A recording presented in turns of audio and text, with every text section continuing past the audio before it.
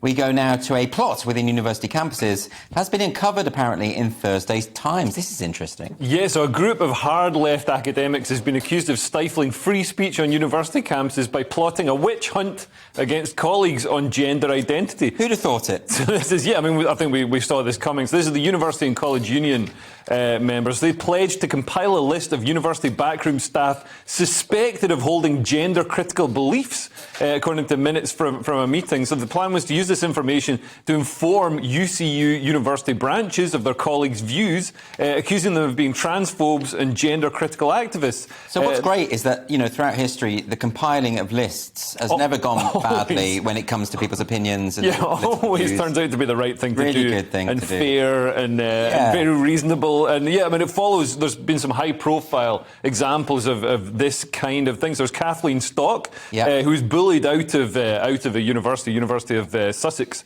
over her gender-critical beliefs, and other people have complained that staff speak of harassment and also a culture where you can't discuss or speak up on certain issues. And some of the activities of these people have been really blatant. There was somebody who was a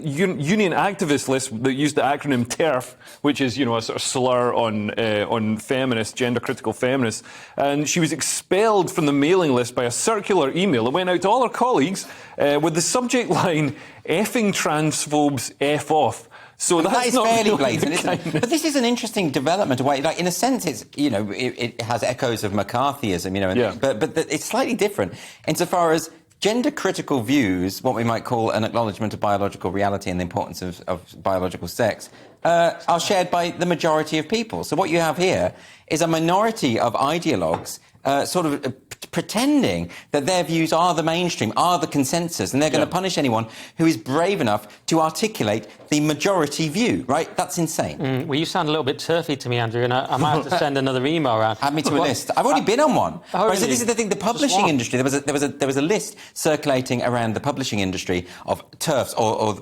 people who know the difference between male and female. And this was going around Twitter, and it was being liked and shared by major figures within the publishing industry, all these authors on this list. I can't remember, there were thousands of them. It's so dangerous. It's so dodgy.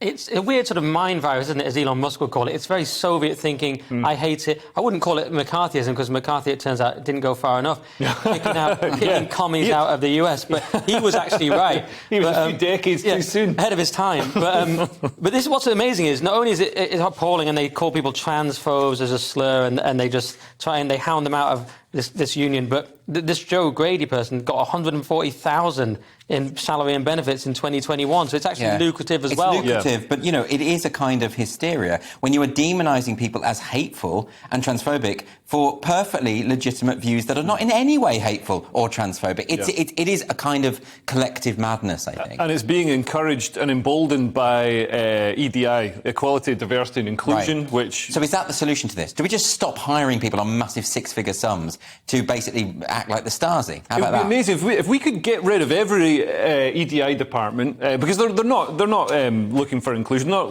looking for genuine inclusion. They've got some exalted demographics that they look out for, but there's never going to be an EDI, an inclusion representative, making sure that there's enough Brexit voters, in a panel or whatever. Exactly. No. So they're encouraging it. If they were all fired, the taxpayer would save a lot of money, and also those people would be able to work in the private sector, perhaps doing something useful, delivering Amazon parcels or something.